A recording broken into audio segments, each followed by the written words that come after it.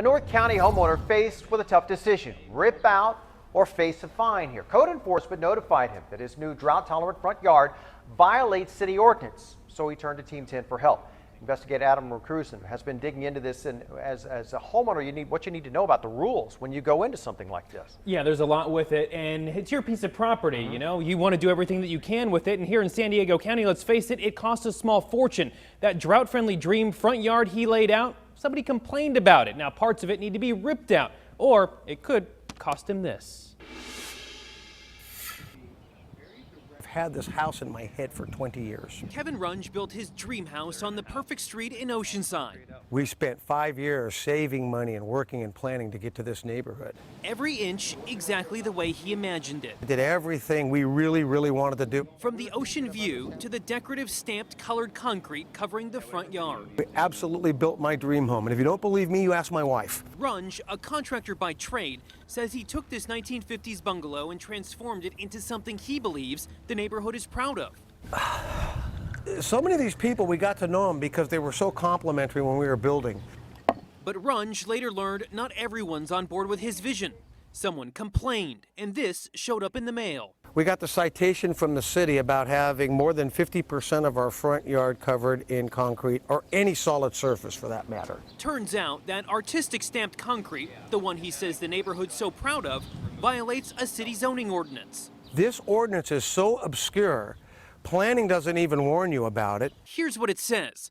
Oceanside requires at least 50% of the yard next to the street be planting area or landscape. It may include areas covered by ornamental gravel, crushed rock, or a similar material.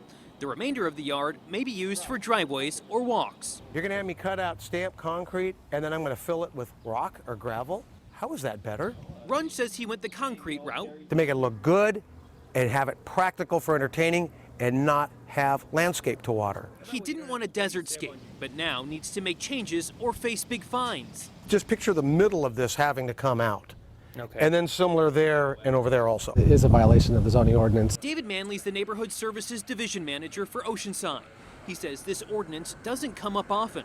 It really doesn't have to do with, drought tolerant or anything like that, but so that you're preserving kind of the front yard area, the residential character of a neighborhood. The city looked for other alternatives, but in the end, the rules are the rules. Whether it's nice quality or not, the code doesn't allow for it. But it does need to be dealt with eventually, so it doesn't set a precedent for, throughout the city in a residential district. We really, truly thought that not only were we doing the right thing, that the city would be very happy that we did this.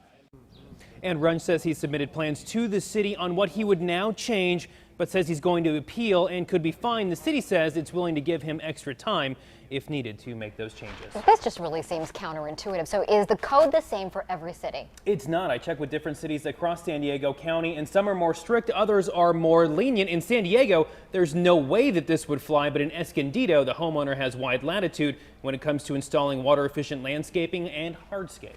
Full time, he feels like he's doing the right thing. Yeah, not in this case. Nope. Wow. More to come.